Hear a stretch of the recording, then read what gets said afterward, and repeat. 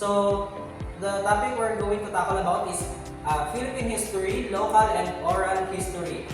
So, we will tackle about, so sa atong topic 1 is local history, sa atong topic 2 is oral history, and sa atong topic 3, why we study and do local history. So, sa aton nga overview, sa aton nga kabilugan nga report is may ara kita tatlo ka topic which is ang these three.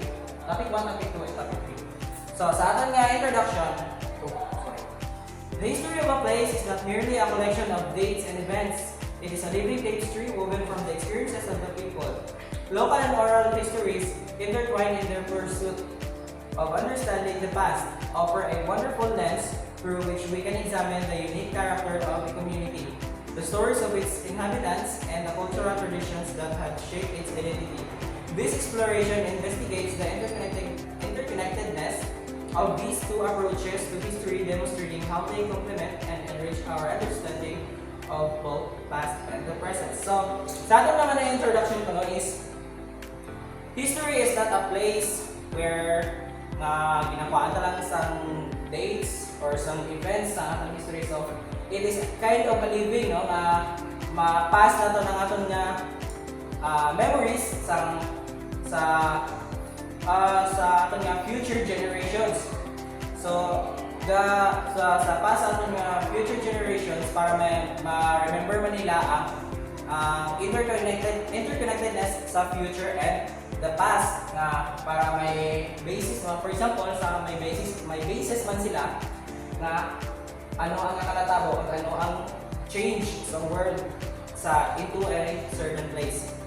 So, atong topic 1 is a local history. Local history is a study of the past of a specific place like town, neighborhood, or a region. It is about understanding how people live, work, and interact in that area, and how their lives connected to the community's present and future. Local history is more than just collecting old objects or facts. It's about using those pieces to understand the dynamics of a place and how it has changed over time. By studying local history, we can learn about the everyday struggles and triumphs of ordinary people and how their experiences shape the community they live in. So sa ato naman nga local history, no?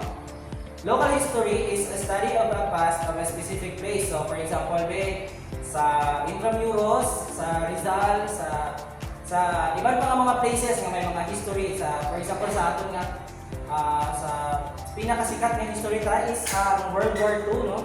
So, kung maglagaw mo sa mga lugar na may mga history about sa sinaso, may damo-damo ka mga kita, for example, sa mga artifacts, kung paano sila magkabuhi sa ilang economy. So, muna siya.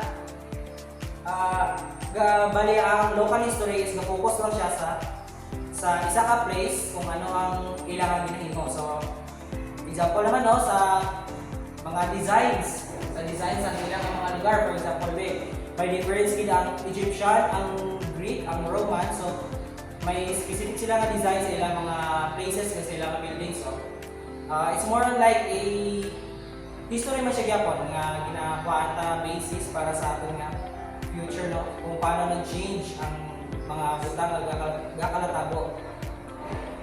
It is important because it help us connect the past with the present. By understanding our local history, we can better understand the challenges and opportunities facing our communities today. It is also help us learn to analyze our own place, larger historical events, and become more engaged in shaping our future. So, this would be my topic for this afternoon sa local history. So, let me call on si Christian Zabala to take over the topic number 2, which is oral history. Oral history is the collection and study of historical information passed down through spoken word, often in the form of personal stories, memories, and experiences. It's a powerful way to capture the lived experience of individuals, especially those who might not be have left behind written record. Here's why oral history is important. Fills in the gaps. It provides a unique perspective on events that might be missing from official records. It reveals the human sides of historical events, capturing the emotions, perspective, and everyday life of people who live through them. So next is preserve cultural heritage. Oral history is crucial for preserving cultural tradition. And family histories, it helps us understand how communities have evolved and preserved their unique identities over time. Next is empowers individuals, giving voice to individuals who might otherwise be overlooked in history, allow them to share their histories and contribute to a more complete understanding of the past. How oral history collected? First is interviews. Our historian conduct structured interviews with individuals, asking questions about their lives, experience, and memories. Second is recording. Interviews are often recorded using audio or video equipment to reserve the information for future use. The next is transcription. The recordings are transcribed into writing documents, allowing for easier analysis and access. So let me introduce you our next reporter, Mr. Romano, to report our next topic, which is why we study and do local history. Good afternoon. By the way, I am Rainer Romano, and my topic is why we study and do local history. Studying local history is like peering into a unique window of the past, one that reveals the rich tapestry of experiences, struggles, and triumphs of the shape of the communities we live in. It's more than just collecting dusty old facts. It's about understanding the dynamics of a place and how it was changed over time. Here are some key reasons why we study local history. First is to connect our past. Understanding our roots. Local history helps us understand where we came from, the people who lived here before us, and events that shaped our communities. It provides a sense of place and belonging. Understanding the roots daw is like dinadig mo ang past sa mga past nagpuyo sa isa ka lugar, and kung ano ang events na natabo sa amo na ka lugar, and use that experiences sa mga past nga nagpuyo sa isa ka lugar para ma-shape ang communities, and it provides a sense of place and belonging.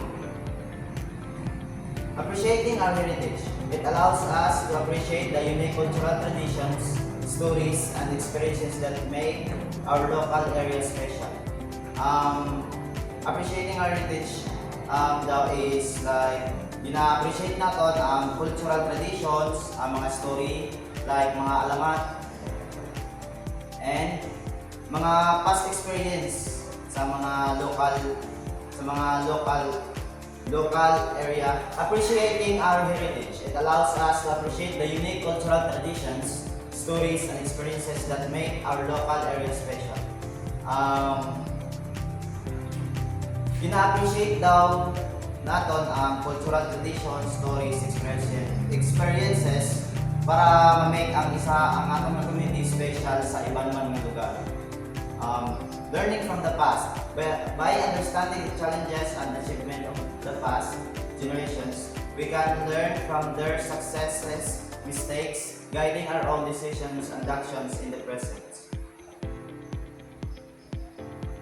Number 2, to illuminate larger narratives. Larger historical narratives, connecting the local to the global.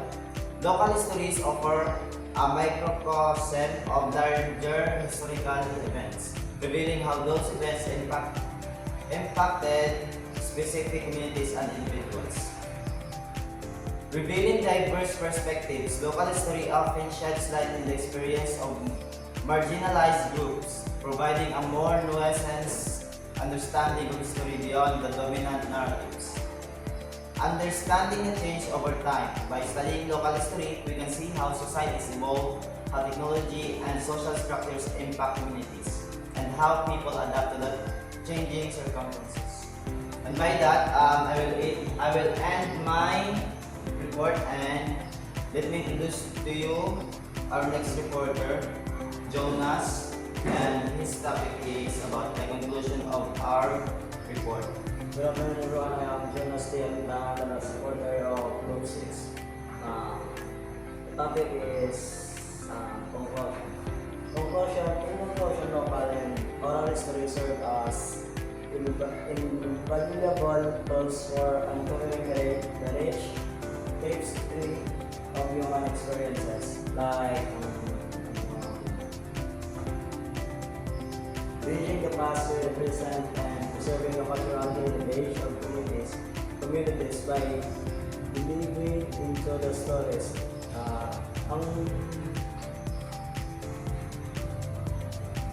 Ang conclusion sa aming topic is pagana sa mga cultural heritage sa communities, pag-deliver sa mga stories like sa mga past na stories sa 1990s, then ang mga numerous great experience, Canadian experience nila during the historical season. Often regards in exploring the unique dynamics of specific place. Since we gain a deeper understanding of how story has shaped our world. This form of history offers a more inclusive and diverse perspective, amplifying voices, often marginalized and traditional narratives. By engaging with the local and oral history, we not only connect with our past but also build a stronger community bonds. Hindi sa mga pwede sa sininga, for example, sa sininga present, kaya siyempre history natin past. Hindi sa makonect, kaya bonds foster a sense of belonging and ensure that the stories and traditions of our ancestors passed down to future generation. Then ang mga history ko na lang is dito lang sa history, then pina-continue lang subok as new generation ng mga story na like natapos na, pero still na dahil na kay hindi mo cultural will advance over the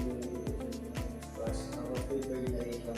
Embracing local oral history increases enriches our collective understanding of who we are from.